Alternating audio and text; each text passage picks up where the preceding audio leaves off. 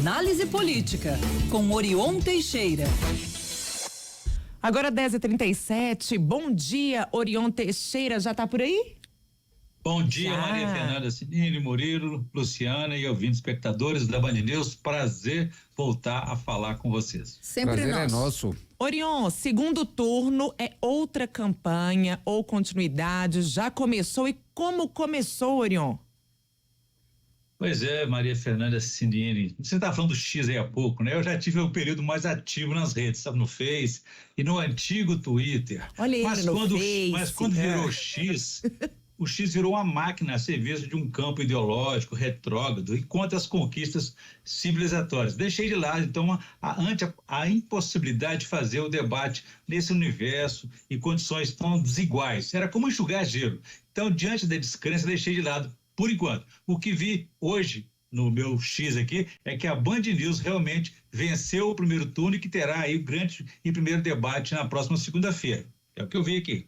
Vamos lá. Bom, agora, Cinini, é o seguinte, a respeito do segundo turno, né, se é uma nova eleição ou se não é uma nova eleição, essa discussão interminável, né? É e não é. É claro que o ambiente estará diferente, mais leve, menos contaminado, menos carregado. Você não tem, por exemplo, quase 1.000 candidatos e candidatas à Câmara Municipal e outros 8 candidatos e candidatas à Prefeitura de Belo Horizonte. Não tem mais o interior, além de Uberaba, claro que tem o segundo turno, e no país todo cerca de 5.500 municípios também terão disputa nessa etapa. Então, ou seja, foi reduzido drasticamente esse ambiente eleitoral. Por outro lado, não se pode negar que haverá uma continuidade, que Bruno Engler saiu vitorioso do primeiro turno e deverá estar à frente de Fuad, que ficou em segundo lugar, apesar de não termos pesquisas ainda.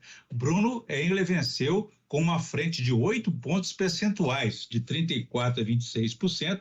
Não é muito, mas o que o favorece é que foi uma vitória muito consistente e uniforme. Ele venceu, afinal, em todas as regionais de Belo Horizonte, algumas como a da Pampulha, que foi cachapante, né, de 5-2. Então, o Fuad terá que, em 18 dias apenas, reequilibrar esse jogo e buscar votos para voltar a crescer, como fez na reta final passada, e ter chance de superar o adversário. É muito difícil, mas não impossível.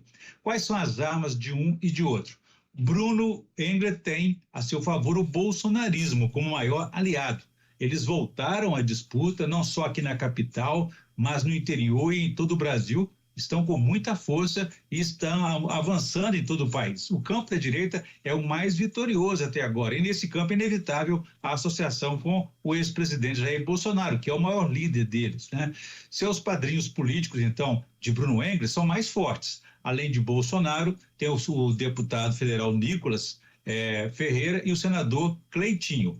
Mas Bruno também tem fragilidades, que é exatamente no campo da gestão e da experiência administrativa e do desconhecimento dos reais problemas da cidade. É um político jovem, de 27 anos, nunca exerceu um cargo do executivo e suas propostas são um protocolo de intenções que podem ser viáveis ou não.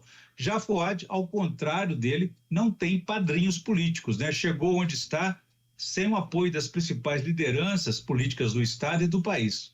Por que ele chegou? Porque teve uma gestão aprovada, com dificuldade sim, porque teve apenas a metade do mandato para gerenciar. Sua situação nesse ponto se assemelha à do prefeito de São Paulo, Ricardo Nunes, que herdou a prefeitura após a morte do titular e demorou a se encaixar, a se firmar no campo administrativo. Ainda assim, o trunfo de Fuad é pontuar sua gestão administrativa. Não pode, não deve cair na polarização, chamando Lula e as esquerdas para seu palanque, embora aceite de bom grado o apoio e as manifestações deles. Ele espera que eles possam ajudá-lo na campanha de desconstrução do rival. Apenas isso, não vai querer associação direta. Então, sobre o apoio dos outros candidatos, Mauro Tramonte, do Republicanos, e Gabriel Azevedo, do MDB, e do eleitorado deles, naturalmente, eles estão estudando caso a caso, fazendo pesquisas para ver como alcançar esse eleitorado, que o do próprio, é um eleitorado muito indefinido, né? Do próprio Tramonte ele tem uma parte de evangélicos, uma parte da periferia, enfim, uma parte da direita também e do centro. Gabriel Azevedo da mesma forma, é um eleitorado que não se definiu, embora tenha tido uma boa votação. Então agora nós temos que avaliar como vocês já começaram a discutir aí, os efeitos do retorno do X, que poderá ter grande impacto na disputa eleitoral do segundo turno, pois era a rede social mais utilizada pelos candidatos e candidatas e pelos seus colaboradores no debate eleitoral até ser suspenso, e até mais do que a televisão. E temos também o programa eleitoral de TV e rádio, que volta aí na sexta-feira já, prometendo, agora com tempos iguais entre Bruno Engler e Fouad Noman. Orion, agora a sua análise sobre os resultados, né, nas prefeituras. Muitos reeleitos, os que não foram reeleitos por estarem já no segundo mandato, conseguindo eleger aí, né, o seu candidato preferido. Qual a sua análise? Como a gente comentou há pouco, né? Realmente, os prefeitos e prefeitas que tinham uma gestão aprovada foram reconduzidos ao cargo. Aqueles que não tinham mais condições de reeleição conseguiram eleger seus candidatos, seus aliados. Isso aconteceu em diversos municípios. Para ter um exemplo aqui, nós temos o caso de Minas Gerais, 8 municípios que poderiam ir para o segundo turno. Apenas 2 irão, como Belo Horizonte e Uberaba. Os outros 6 municípios optaram por resolver a parada logo no primeiro turno, na primeira votação. Por quê? Exatamente por isso. A gestão do prefeito foi aprovada e ele conseguiu eleger o seu sucessor, o seu candidato, ou conseguiu se reeleger porque teve uma gestão em que o eleitorado o aprovou. Aconteceu isso aqui em Contagem, né, na Grande BH, também em Nova Lima, em Neves, enfim, também lá em Uberlândia, Juiz de Fora, com a prefeita Margarida Salomão, a prefeita Marília Campos aqui em Contagem. Então, são gestões que tiveram uma aprovação do eleitor e, principalmente, os candidatos conseguiram pautar o debate da eleição, não permitindo essa contaminação, essa polarização ideológica nacional em todo o país aí, que quer decidir o rumo da vida das pessoas que moram na cidade. Então, a pauta local, os problemas locais prevaleceram. Nesse sentido, então, Margarida Salomão soube fazer a sua campanha eleitoral, como soube fazer a sua gestão administrativa, assim como Marília Campos aqui em Contagem, o João Marcelo em Nova Lima, também em Uberlândia, né, onde também a disputa ideológica foi muito forte, mas ali prevaleceu, então, os assuntos locais. Então, gestão aprovada e conseguir fazer o debate da pauta que interessa ao eleitor e à eleitora que vive na sua própria cidade. O Juninho lá de Neves também, né, Orion? Conseguiu... Como citei aqui, o Juninho, ele conseguiu eleger o Túlio Raposo, Isso. que era um secretário dele. Então, foi assim, como disse até em Betim, aconteceu isso, de Vitória Medioli para Heron Guimarães, né? É uma vitória do legado, é a transferência de votos. E eu acredito até que, sem tirar o mérito dos eleitos, que qualquer um que estivesse ali naquela condição, com esses apoiadores, com esses padrinhos políticos, conseguiriam, então, ultrapassar e vencer os rivais. Orion, agora tem gente que perdeu, vereador perdendo, tá chateado, amargurado com a base, tava esperando uma quantidade X de votos, não conseguiu nem, sei lá, 1/10 do que ele tava esperando. Peraí que ele... Vamos ouvir o desabafo. Mandou um recado pra você, Mandou Orion, pra você, direto. Boa noite, moradores. Agradeço a vocês pelos 26 votos, né? Que vocês me deram, que um foi meu 27. Pra quem trabalhou pra ter mais de 800 votos e foi traído, feio na urna. E eu quero dizer a vocês que antes de começar a rolar o pleito aí, trabalhei, vocês tudo escuro aí, olha lá atrás aí, ó. Isso atrás aí não é sol não, tá? É a lâmpada que eu corri atrás, liguei pra vocês, bati pé com a empreiteira da Celtic pra ligar e tudo, e sempre trabalhando, correndo atrás de tudo pra vocês aqui. E vocês me deram 26 votos, né?